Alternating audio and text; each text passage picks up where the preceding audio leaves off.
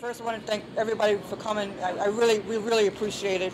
You know, people like you could never get through something like this, and I really appreciate how you remember Danny every year, and it's beautiful. It really is. I need to thank President Samuelsen for all your hard work and dedication for everybody, and just keep the track safe. You know, please. You know, no families have suffered already. Thank you for coming. We're very humbled by the presence of Danny's family of blessed memory.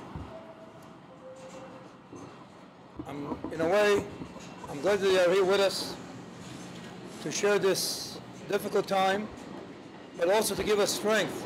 And I'll tell you why. There are many employees in the transit system that make the system work day in and day out, 24 hours a day, 7 days a week. It's incredible. I would even call it biblical proportions. But most of the times you never see the people behind the scenes.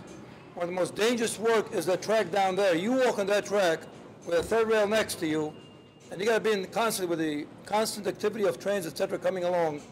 You don't realize, the public has no concept how much to appreciate the humbleness, and I use the word humbleness in every sense of the word, because you don't see the people behind, the track workers, or people behind the scenes. You don't see the dangerous job they do. Employees are not looking for glory, not looking for anything, just they come to do their job, making sure that every individual utilizing our system is safe, they get their home safely, etc. The worst part, of course, is when you got to come in the middle of the day or night, whatever it is, knock on the door and see the family. And I have a chance to see the family. You know, we don't realize what's involved. The families that support our workers, making sure that they are able to come to work, do what they got to do.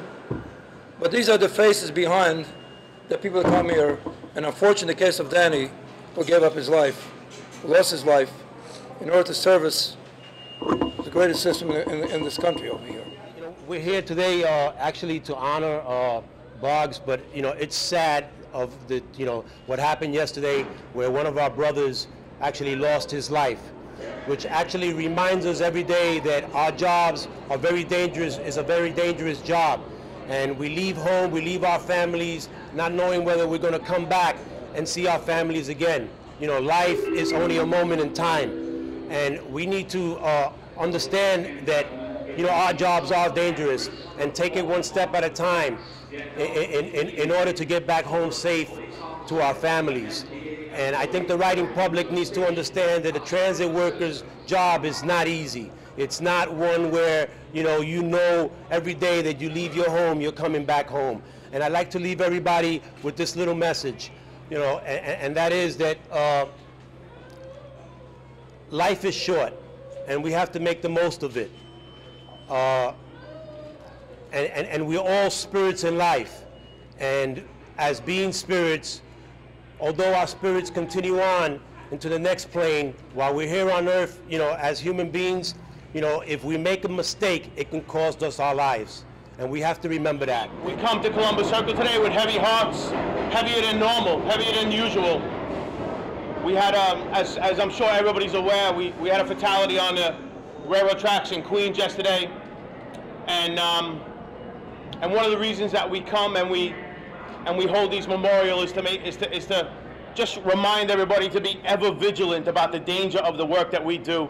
And the truth of the matter is, not only the work that we do on the subway side of the house, but on the bus side of the house as well. We had a fatality yesterday, an industrial accident. A signal maintainer, Lewis Moore, egressing from the hole, from the railroad tracks, tripped and fell in front of an oncoming train. That there's nobody in New York City that does the work that we do. There's nobody that faces the industrial hazards that we do day in, day out. And we ourselves should never forget that. We should never let anybody's attitude on the outside looking in take away the pride that we need to have every single day in the work that we do. As workers, when we go down to those railroad tracks, we need to be mindful that we're not here to give our lives for this company. We're not here to work unsafely. We're here to work safe, go home to our families at night. And when tragedy does happen, we need to remember that tragedy. We need to embrace it and continue forward and continue to fight for a safer workplace. And we come here today specifically to honor Danny Boggs, who was a track worker, and 6 years ago at this station, 2007. He was killed in the line of duty. So the last time that I saw Danny, the last time I remember seeing him, was at Broadway Lafayette, I believe, and for the track workers that are here, the track workers will understand it, but Danny was picking up pre-plated icky tie blocks. Pre-plated icky tie blocks that, what do they weigh, 160 pounds? 170 pounds? The last time I saw him, he was picking them up over his head and hurling them like they were M&Ms onto a work train. Hurling them. I sat there and looked at him and said, I can't believe you're doing that. That's just, it's almost humanly impossible to do that. And the thing I want to end on is that Danny had enormous physical strength. It's the one thing that I remember distinctly about him. The guy was incredibly strong. He was an absolute moose.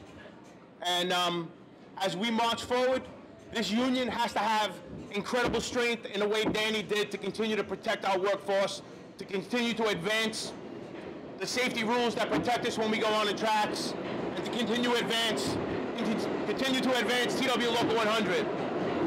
And it's difficult to do with the trains running by, but I want to end the memorial with a moment of silence for Danny and for everybody else who has fallen, and for Lewis Moore yesterday. So if you could join me in a moment of silence, thank you.